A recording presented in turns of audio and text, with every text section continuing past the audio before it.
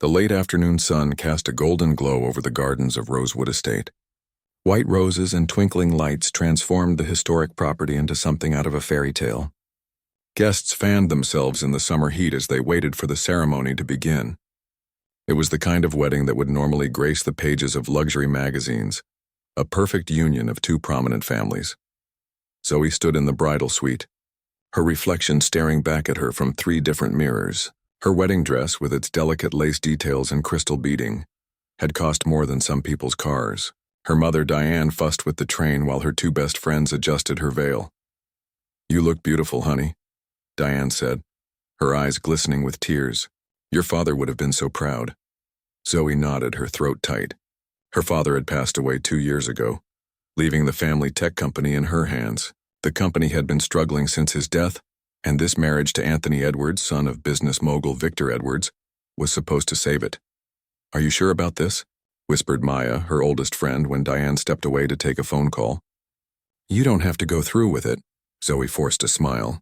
"It's a business arrangement that benefits everyone," she said, repeating the words she'd been telling herself for months. "Besides, Anthony is charming when he wants to be." Maya looked unconvinced, but the wedding planner appeared at the door before she could say anything else. "It's time," the woman announced with practiced enthusiasm. Outside, 100 guests sat in neat white chairs facing an arch covered in roses and greenery. On the left side sat Zoe's family and friends, mostly middle-class professionals with a few academics and artists mixed in. On the right sat the Edwards clan and their associates, old money, country club memberships, and enough diamonds to fill a jewelry store window. The string quartet began to play as the bridesmaids made their way down the aisle. Zoe's younger brother Thomas escorted their mother to her seat, his face serious and protective. Next came the groomsmen, led by Anthony's best friend Luis, who kept his eyes straight ahead, his expression unreadable. Victor Edwards sat in the front row on the groom's side, checking his watch every few minutes. His wife Caroline sat beside him, her smile tight and her posture perfect. They looked like they were attending a business meeting rather than their son's wedding. "They don't look very happy for parents of the groom," whispered an old college friend of Zoe's to her husband, Money. "Marriages rarely start with love," he replied. Quietly, the music changed, and everyone stood as Zoe appeared at the end of the aisle. A collective murmur of appreciation rippled through the crowd. She was radiant in her gown, her dark skin glowing against the white fabric, her smile bright enough to hide the doubt in her eyes. Thomas stood beside her, ready to walk her down the aisle in their father's place. "Last chance to run," Thomas whispered. Zoe squeezed his arm. "Just smile for the cameras," she replied through her teeth. They began their walk, each step bringing Zoe closer to Anthony, who waited at the altar in a tailored tuxedo. He was handsome in a conventional way, with his perfect teeth and carefully styled hair. His smile didn't quite reach his eyes. The tension in the air was subtle but real. Anyone paying close attention would have noticed the stiff nods between family members during the rehearsal dinner the night before, or the way conversations had fallen silent when certain topics came up. There was history here, not just between the bride and groom, but between their families, their businesses, their worlds. As Zoe reached the altar, Thomas placed her hand in Anthony's with a warning look before taking his seat. The officiant, a family friend of the Edwards, began the ceremony with practiced words about love and commitment that rang hollow in the space between the couple. "We gather here today to celebrate the union of 2 families, 2 hearts, 2 futures becoming one," he said, his voice carrying across the garden. Zoe and Anthony exchanged the expected glances and smiles, a performance for their audience. They had agreed to this arrangement 6 months ago, after a series of meetings that felt more like corporate negotiations than a courtship. The Edwards family needed the innovative technology Zoe's company had developed, and Zoe needed the capital and connections the Edwards empire could provide. The ceremony proceeded according to plan. Readings were delivered by cousins from both sides. Vows were exchanged with appropriate pauses for emotion. Rings were presented on a small velvet pillow by Anthony's young nephew, who nearly tripped on the runner. Then came the moment Anthony had insisted on including, a glass-breaking ritual he'd seen at a friend's wedding and wanted to incorporate, despite it not being part of either of their cultural traditions. And now, the officiant announced, Anthony and Zoe will take part in the breaking of the glass, symbolizing the fragility of human relationships and the commitment to preserve their bond through life's inevitable challenges. He handed Anthony a small glass wrapped in a white cloth. This was not part of the rehearsal. Anthony had insisted this moment be authentic. The guests watched with polite interest. Victor Edwards checked his watch again. Caroline Edwards adjusted her pearl necklace. Diane dabbed at her eyes with a handkerchief, trying to believe this was the happy ending her daughter deserved. Anthony held the glass in his hand, looking at it thoughtfully. The sun caught the crystal, sending small rainbows dancing across Zoe's gown. For a moment everything was still and perfect.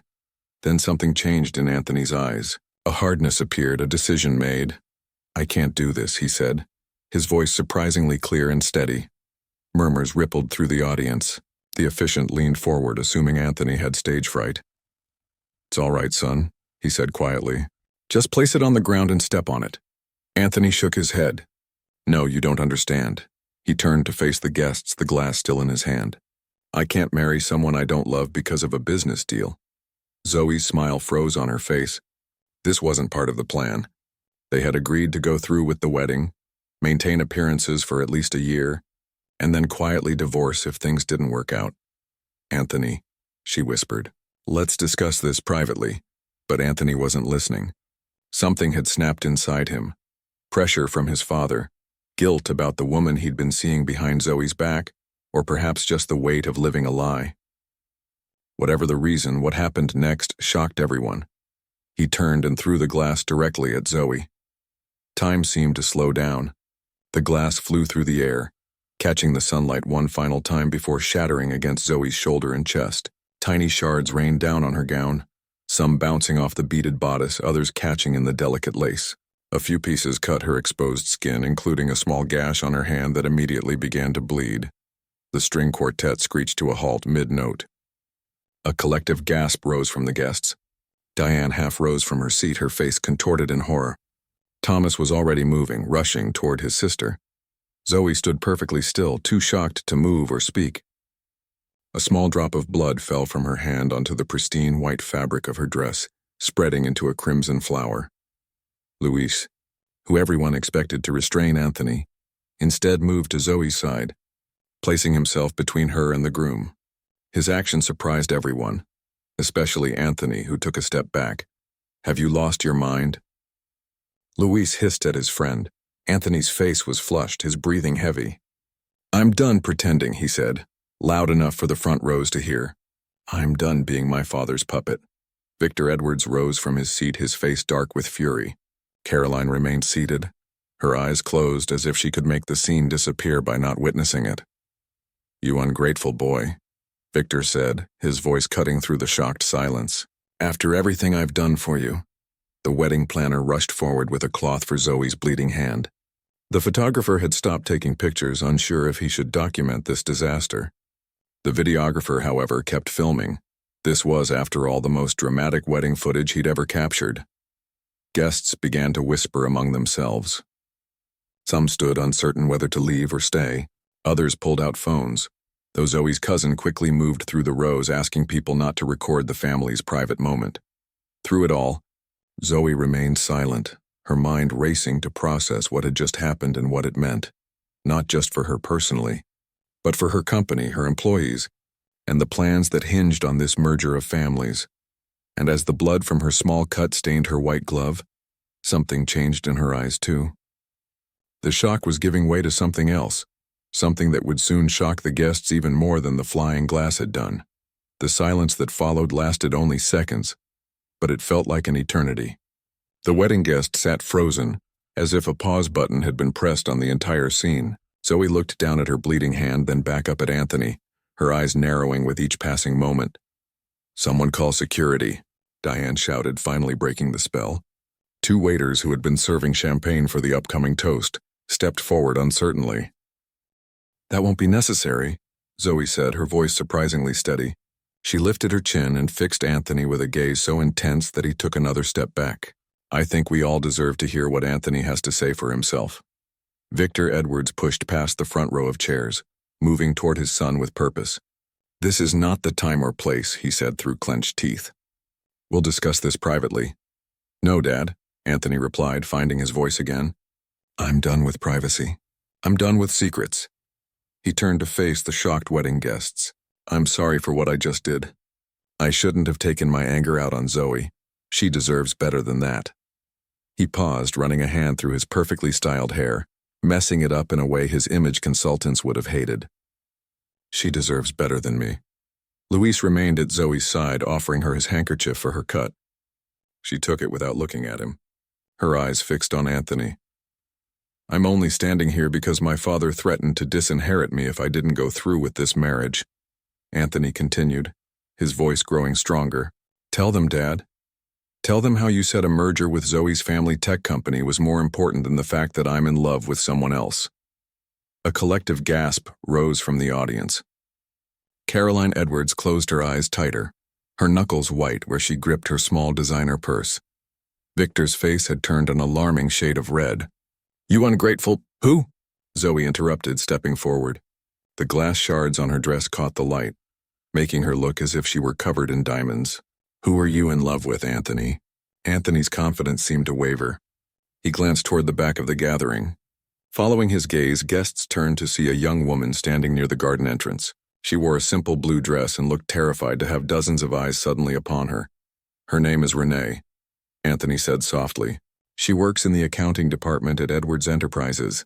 We've been seeing each other for almost a year." Victor strode toward his son, grabbing his arm. "Enough. You're making a fool of yourself and this family." "Let him speak," Zoe said, her voice cutting through the garden like a knife. There was something in her tone that made Victor pause. "I want to hear everything." Thomas had reached his sister's side now, along with Maya. They flanked her protectively, but Zoe stepped away from them, moving closer to Anthony. "You're in love with someone who works for your father's company?" she asked, her expression unreadable. "And yet you agreed to marry me 6 months ago?" Anthony nodded, shame evident on his face. "I was going to break it off with her. I tried to convince myself this marriage was the right thing to do. For my family, for your company, for everyone involved." "Except for Renee," Zoe noted. "And except for me." In the back row, Renee looked like she wanted the earth to swallow her whole. An older woman beside her, possibly her mother, put an arm around her shoulders. "I'm sorry," Anthony said again. "I thought I could go through with it. But standing here looking at you," he shook his head. "I couldn't do it. I couldn't lie anymore." Zoe studied him for a long moment. Then, to everyone's shock, she began to laugh. It started as a small chuckle and grew until she was laughing openly, the sound both beautiful and slightly unnerving in the tense atmosphere. "Is that what you think this is about?" she asked when she'd composed herself, though a smile still played on her lips. "You think I'm heartbroken because you're in love with someone else?" Anthony blinked in confusion. Even Victor looked uncertain now. Zoe handed the bloodied handkerchief back to Luis. Then she reached into a hidden pocket in her wedding dress and pulled out a small black flash drive. "What is that?" Anthony asked. "This," Zoe said, holding it up for everyone to see, "is the real reason your father was so desperate for this wedding to happen." Victor lunged forward suddenly. "Give me that!" he demanded, his usual composure completely gone. Luis and Thomas immediately stepped between him and Zoe. From the crowd, 3 men in suits that had been sitting quietly among the guests rose and moved toward the front. They didn't look like typical wedding guests. They were too alert, too focused. "Victor Edwards," one of them said, pulling out a badge. "I'm Agent Parker with the FBI. I need you to step back." "Sir?" The crowd erupted in gasps and exclamations. Caroline Edwards finally opened her eyes, looking around in bewilderment as if she'd woken up in a different world than the one she'd closed her eyes on. "What is happening?" Anthony asked, his voice barely above a whisper. Zoe turned to him, all traces of her earlier smile gone. "I knew about your relationship with Renee months ago, Anthony. Did you really think you were being discreet with those lunch dates and after-work meetings?" She shook her head. "But that's not what this is about. While looking into you, I discovered something much more interesting about your father's business practices." Diane stood up now, moving to stand beside her daughter. "We've suspected for years that Victor was using illegal methods to undercut competitors and manipulate markets," she said, addressing the stunned guests. When my husband was alive, he refused to do business with Edwards Enterprises because of these suspicions. Suspicions aren't proof, Victor snapped, though he'd gone pale beneath his tan. That's true, Zoe agreed, which is why when Anthony proposed this merger, I decided to look deeper. She held up the flash drive again. What I found was evidence of money laundering through shell corporations, tax evasion schemes, and illegal trading practices dating back 15 years. Anthony stared at his father, horror dawning on his face. Dad, is this true? Victor said nothing, his eyes fixed on the flash drive in Zoe's hand. When I confronted your father with what I'd found, Zoe continued, he offered me a deal. Marriage to you, combining our companies, and in exchange, he'd make sure my family's business not only survived but thrived. The alternative was that he would use his connections to destroy us. Louise stepped forward now.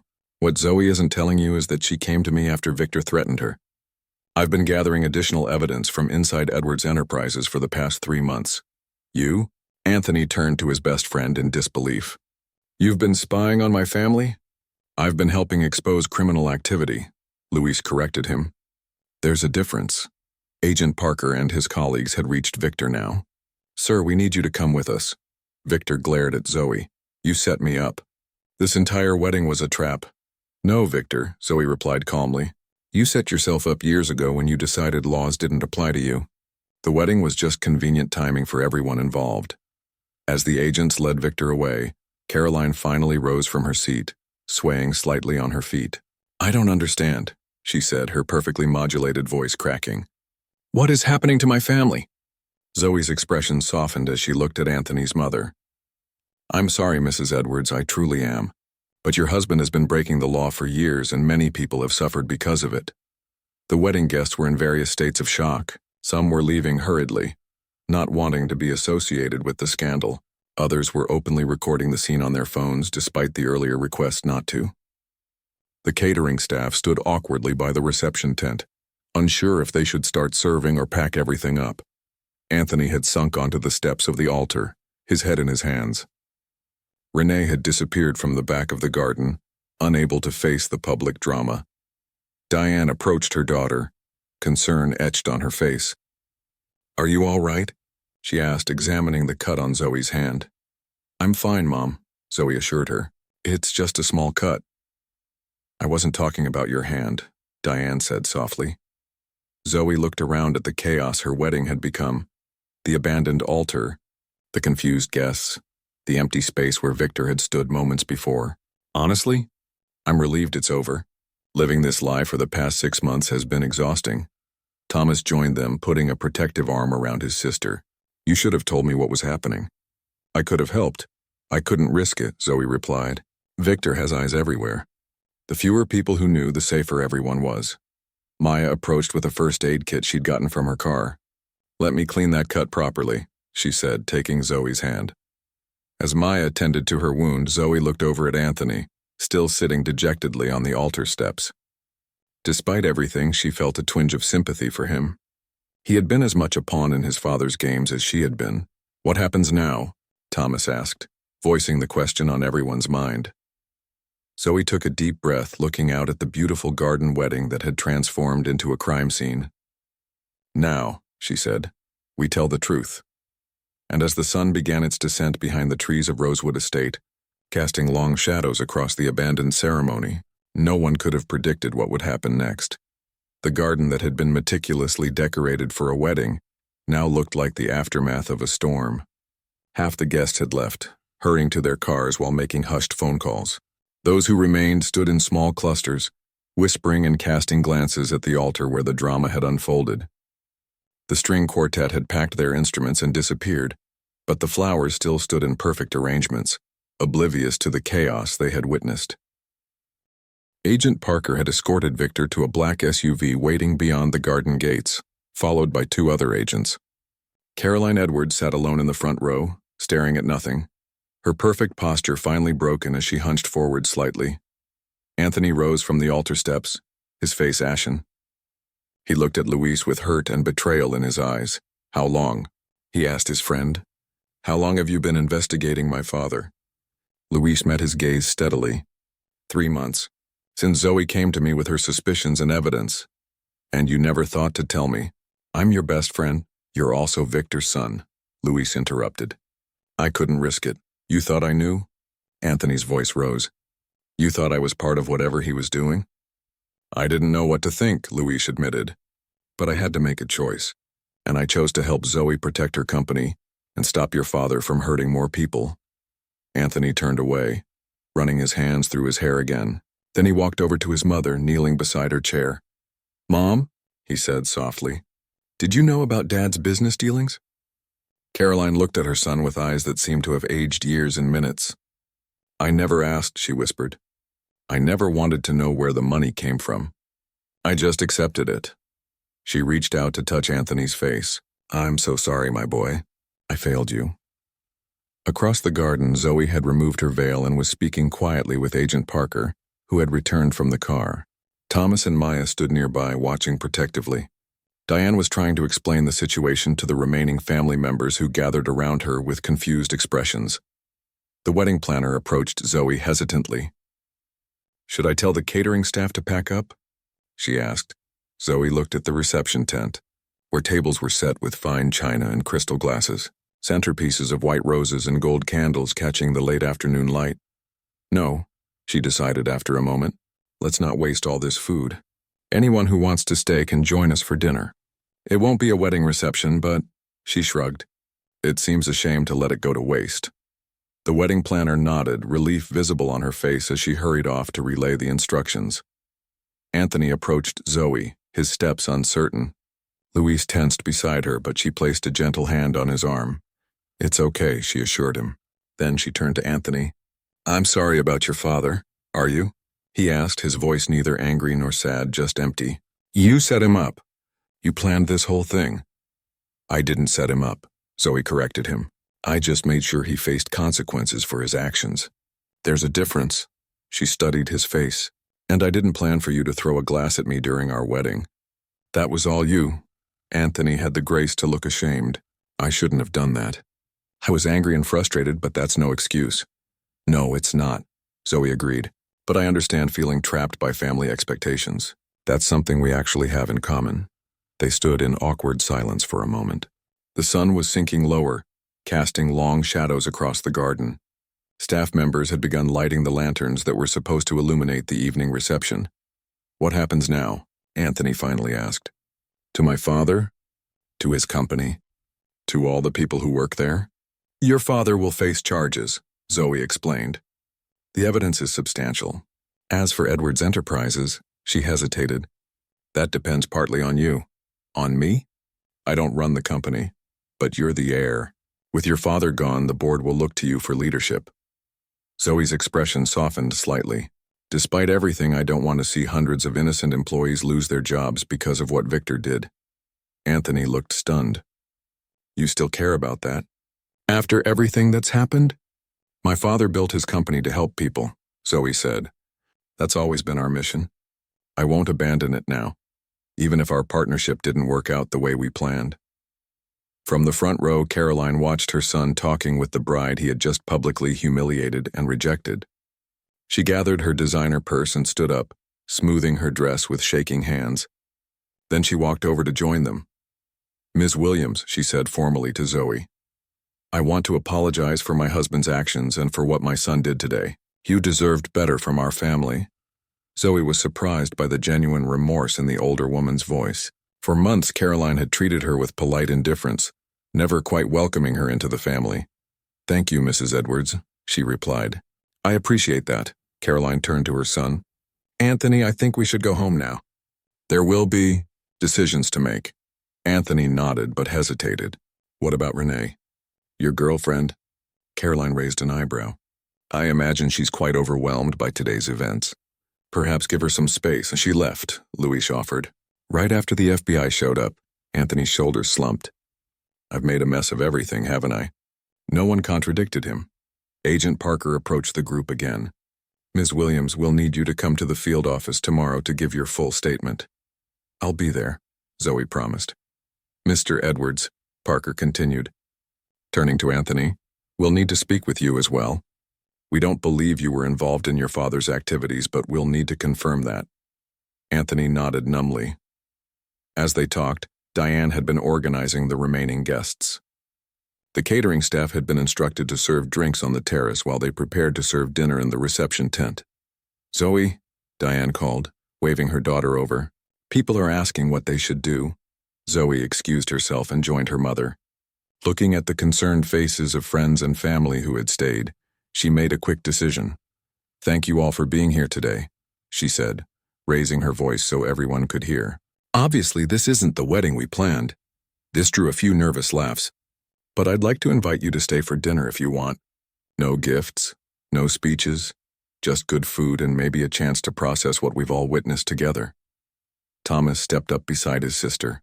"And an open bar," he added, which earned more genuine laughter. As the sun set over Rosewood Estate, something unexpected happened. Instead of a tense, awkward gathering, the evening evolved into something more honest than the wedding would have been. Family members who had been keeping up appearances relaxed. Friends spoke openly about their relief that Zoe hadn't gone through with marrying someone who didn't love her. The catering staff, sensing the shift in mood, brought out the food with less formality and more warmth. Zoe changed out of her wedding dress into a simple white sundress Maya had in her car. The cut on her hand was properly bandaged. She sat at a table with her mother, brother, and closest friends, eating wedding cake that no longer symbolized a union, but instead tasted simply of good chocolate and buttercream. Across the garden, Caroline and Anthony said quiet goodbyes before leaving in separate cars. Louis stayed, sitting with Zoe and her family, explaining his part in the investigation. Agent Parker and one other FBI agent remained as well, no longer pretending to be guests but accepting plates of food as they waited to escort Zoe home and ensure her safety. As night fell fully, lanterns illuminated the garden in a golden glow.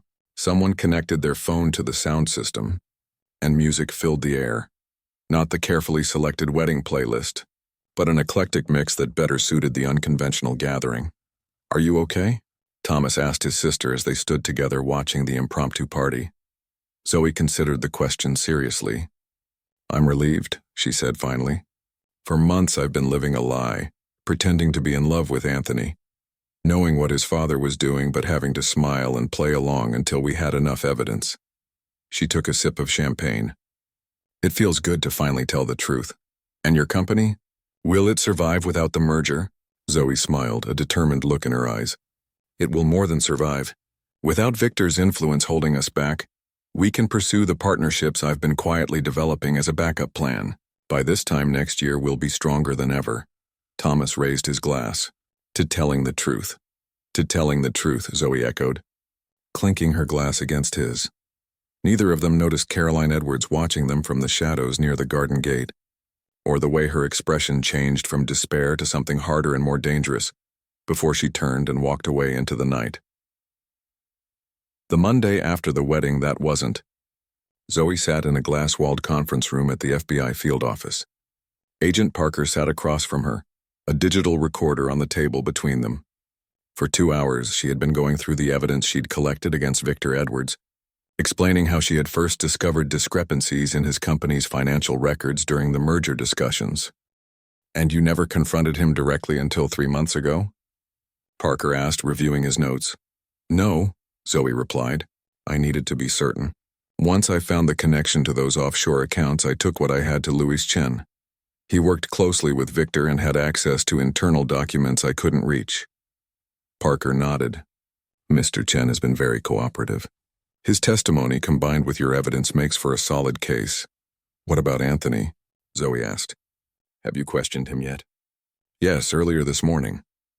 Parker's expression gave nothing away. "He appears to have been genuinely unaware of his father's activities. He's cooperating fully." Zoe wasn't surprised. Despite everything, she'd never believed Anthony was knowingly involved in his father's crimes. Self-centered and weak-willed perhaps, but not corrupt. "And Mrs. Edwards?" she asked, remembering the strange look on Caroline's face as she'd left the garden. "We've scheduled an interview for tomorrow," Parker replied. "Initial financial reviews suggest she maintained separate accounts from her husband and wasn't directly involved in his business dealings." When the interview finished, Zoe collected her things and headed for the elevator. As the doors opened on the ground floor, she was startled to find Anthony waiting in the lobby. He looked different in jeans and a simple button-down shirt, less polished than the man who had stood at the altar with her. "Zoe," he said, rising from his seat. "I hoped I might catch you." "Anthony." She nodded coolly. "Agent Parker mentioned you were here earlier. Can we talk?" "Just for a few minutes." She hesitated, then checked her watch. "I have a meeting at my office in an hour. Coffee?" He gestured to a small shop across the street. "I'm buying, obviously." 5 minutes later, they sat at a corner table, 2 untouched coffees between them. Through the window, Zoe could see people going about their normal Monday lives, unaware of the drama that had unfolded at Rosewood Estate. "I wanted to apologize again," Anthony began. "For everything, the glass, the public humiliation, all of it." "You've already apologized," Zoe pointed out. "But thank you. I also wanted to ask, what happens now? To our companies, I mean." Zoe studied him. "That depends. The merger agreement is obviously void. Your father's company will face investigations, possible fines, restructuring, and your father's technology, the innovations that my father wanted so badly, those remain with us where they belong." Her tone hardened slightly. "Your father tried to steal them once before, you know, when my dad was still alive. That's why he refused to work with Victor." Anthony looked down at his coffee. "I didn't know that." "There's a lot you didn't know." Zoe softened her tone. "That's not your fault. Victor was good at keeping secrets." "The board is meeting tomorrow," Anthony said after a moment. "They want me to take over as interim CEO while everything gets sorted out. And will you?" He laughed without humor. "I'm not qualified. I've been nothing but a figurehead, attending charity events and smiling for photos while my father ran everything." He met her eyes. "But I want to try. I want to make things right." Zoe considered him thoughtfully. "The employees don't deserve to suffer because of what Victor did. If you're serious about making changes, I might be able to help." "Why would you do that, after everything that happened?" "Because it's the right thing to do," she replied simply, "and because my father always believed in second chances." Across town in the Edwards' expansive penthouse, Caroline sat at her husband's desk, surrounded by papers. After Victor's arrest, she had spent hours going through his private files, looking for anything the FBI might have missed. Not to help them, to help herself. For 30 years, she had been the perfect corporate wife, hosting dinner parties, chairing charity committees, always impeccably dressed and unfailingly polite. She had turned a blind eye to Victor's affairs, his questionable business practices, his controlling behavior toward their son. She had accepted her role and played it flawlessly, and now it was all gone. The house phone rang, startling her. She picked it up, her voice automatically shifting into its pleasant social register. "Edwards residence." "Mrs. Edwards, this is Philip Bradford from the board." The voice was smooth but tense. "We've been trying to reach you." "I've been rather occupied, as you might imagine," she replied coolly. "Yes, of course. Terrible situation." Bradford cleared his throat. "We're meeting tomorrow to discuss the company's future. We'd like you to attend." Caroline raised an eyebrow, though Bradford couldn't see it. "I'm surprised. I've never been invited to board meetings before. These are unusual circumstances. Your son tells us he's spoken with Zoe Williams about potential ways forward. We'd like to hear your thoughts as well." Anthony spoke with Zoe? This was news to her. "When was this?" "Today, I believe." He seemed quite positive about the conversation. After hanging up, Caroline sat motionless, staring at the phone. Her son was consulting with the woman who had destroyed their family. The woman who had humiliated them in front of everyone who mattered? Her hand drifted to a drawer in Victor's desk, the one he always kept locked. She had found the key hidden in a book on his shelf. The Art of War, naturally. Inside the drawer was a small leather-bound notebook containing names, dates, and figures. Victor's insurance policy, she realized. Information that could damage powerful people if he ever needed leverage. Caroline closed the drawer without taking the notebook. Not yet. She needed time to think. Meanwhile, Zoe had arrived at her company's headquarters. As she walked through the open plan office, employees looked up from their desks, offering smiles and supportive nods. News of what had happened at the wedding had spread quickly. In the conference room, her executive team waited. Thomas was there, along with her chief technology officer Raj, her finance director Helen, and several others. Maya sat in a corner taking notes. Not an employee, but Zoe's most trusted friend and advisor.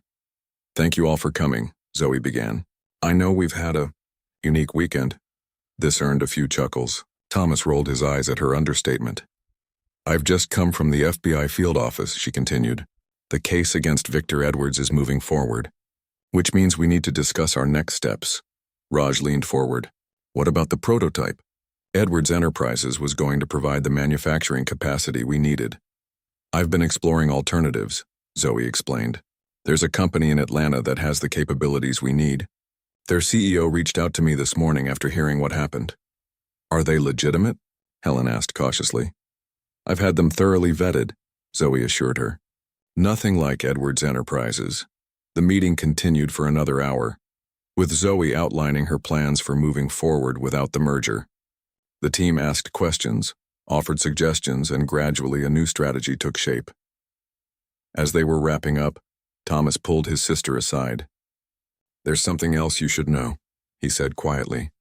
I got a call from Luis. Caroline Edwards has been asking questions about you, about our company, about the evidence against Victor. Zoe frowned. What kind of questions? The kind that make Luis nervous. He thinks she might be looking for ways to discredit you or undermine the case. She seemed genuinely apologetic at the wedding. Zoe mused.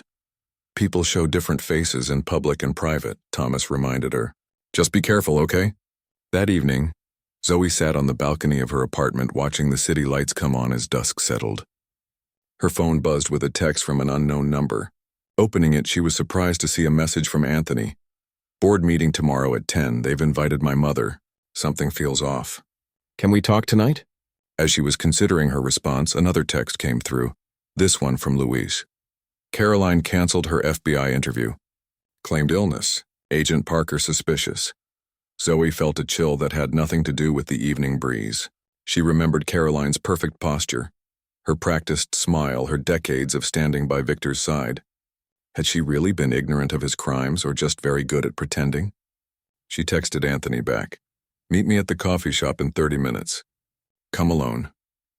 Then she called Agent Parker. On the other side of the city, Caroline Edwards closed her laptop and reached for her purse. Inside was Victor's notebook. She had spent the afternoon making copies of certain pages, just enough to create problems for specific board members if they didn't cooperate tomorrow. She checked her appearance in the mirror, adjusting her pearl necklace and smoothing her hair. Then she picked up her phone and dialed a number she rarely used. It's me, she said when the line connected. I need that favor now. The voice on the other end was hesitant. After what happened to Victor? It's too risky. Victor was careless, Caroline replied, her voice hardening. I'm not. And remember, I know about Dubai. A pause then. What do you need? Caroline smiled at her reflection. Everything you have on Zoe Williams. 6 months had passed since the day Anthony threw the glass at Zoe during their wedding ceremony. Autumn had given way to winter, and now spring was beginning to show itself in the city, tiny green buds appearing on trees that lined the downtown streets. The Edwards Enterprises building still stood tall in the financial district, though the company name had changed. The large chrome letters that once proclaimed the family legacy had been replaced with a simpler, more modern logo, Horizon Technologies. Inside, the company had undergone an even more dramatic transformation. Zoe stepped out of the elevator onto the executive floor, nodding to familiar faces as she made her way to the main conference room. 6 months ago, she never would have imagined herself willingly entering this building, let alone working with the people inside it. The boardroom doors were open, sunlight streaming through the floor-to-ceiling windows. Around the large table sat a mix of familiar faces, some from her original company, others who had been with Edwards Enterprises for years. At the head of the table stood Anthony, pointing to figures on a digital presentation screen. Good morning, Zoe said, sliding into an empty seat. Sorry I'm late. The meeting with the Atlanta team ran long. Anthony nodded in acknowledgement before continuing his presentation. He looked different now, more confident, more purposeful. The entitled air was gone, replaced by someone who understood the weight of responsibility. As I was saying, he continued, the first prototype exceeded expectations in all the test runs. Raj's team has already begun work on the next iteration. Raj, who had moved from Zoe's company to become the new Chief Innovation Officer, gave a thumbs up from across the table. The merger that Victor had tried to force through manipulation and threats had eventually happened anyway, but on completely different terms, with Zoe's technology protected and her leadership secure. As the meeting wrapped up, Anthony approached Zoe. "Do you have a minute?" he asked. "There's something I wanted to discuss before the press conference tomorrow." They moved to a smaller meeting room, one with a view of the park where cherry blossoms were just beginning to appear. "Have you heard from your mother?" Zoe asked as they sat down. Anthony's expression tightened. "Not directly. Her lawyers contacted mine last week. She's still fighting the charges." The night of their coffee shop meeting 6 months ago had changed everything. Anthony had revealed that his mother had been more involved in his father's schemes than anyone suspected. Together with Agent Parker, they had set up a sting operation at the board meeting the next day. Caroline had arrived with Victor's notebook, ready to blackmail board members into supporting her bid to take control of the company. She never expected her own son to be wearing a wire, or for the FBI to be waiting just outside the boardroom doors. "The prosecutors believe her trial will begin next month," Anthony said. "They want me to testify. Will you?" Zoe asked gently. He looked out at the cherry blossoms for a long moment. "Yes, I've spent my whole life watching my parents manipulate people. It has to stop somewhere," Zoe nodded. "For what it's worth, I think you're doing the right thing." Their conversation was interrupted by a knock at the door. Luis entered, tablet in hand. "The final numbers are in from the government contract," he announced, his face breaking into a rare smile. "We got it. All of it." The three of them, once adversaries, now partners, shared a moment of celebration. The contract would allow them to provide renewable energy technology to public schools across the state. The first phase of the vision Zoe's father had dreamed of before his death. He would have been proud, Luis said quietly, knowing where Zoe's thoughts had gone. Later that afternoon, Zoe left the office early. She had somewhere important to be. The drive to Rosewood Estate took nearly an hour in traffic, but as she pulled through the gates, she felt the familiar mix of emotions the place always evoked now. The memory of humiliation mingled with the strange sense of freedom that had followed. The gardens looked different in springtime, with fresh green grass and early flowers replacing the formal roses of her almost wedding day. A new sign stood near the entrance, the Williams Center for Business Ethics and Innovation. Inside the main building, workers were putting finishing touches on renovated spaces. What had once been an exclusive venue for society weddings was being transformed into a teaching and conference center, funded by a portion of the restitution payments from Victor's case and a generous donation from the restructured company. Thomas met her at the door, clipboard in hand. "Just in time," he said, giving his sister a quick hug. "The contractors have some questions about the East Wing layout." Together, they walked through the building, discussing the changes needed before the center's official opening next month. The first program would be a workshop for young entrepreneurs from underserved communities, teaching them not just business skills, but ethical leadership. "Have you decided what you're going to say?" Thomas asked as they finished the tour and stood in what had once been the ceremony space. "For the opening address?" Zoe looked around the room, remembering how it had looked with white chairs in neat rows, flowers everywhere, and her standing in a wedding dress with glass shards glittering on the fabric. "I'm going to tell the truth," she said simply, "about Dad's vision, about what happened with the Edwards family, about the choice between profit and principle." She smiled. "People respond to honesty even when it's uncomfortable." That evening, Zoe met Maya and Diane for dinner at their favorite restaurant. Their traditional monthly meal had become even more important during the chaos of the past 6 months. "To new beginnings," Diane said, raising her glass in a toast. She looked years younger now, the stress of almost losing the company and watching her daughter enter a loveless marriage finally behind her. "And to unexpected allies," Maya added, thinking of Anthony and Luis and the surprising partnership that had emerged from disaster. "And to Dad," Zoe finished quietly. They all drank to that. As their main courses arrived, Maya leaned forward with a gleam in her eye. "So have you told them about the London offer yet?" Diane looked up sharply. "What London offer?" Zoe shot Maya an exasperated look. "I was waiting for the right moment." "What London offer?" Diane repeated, setting down her fork.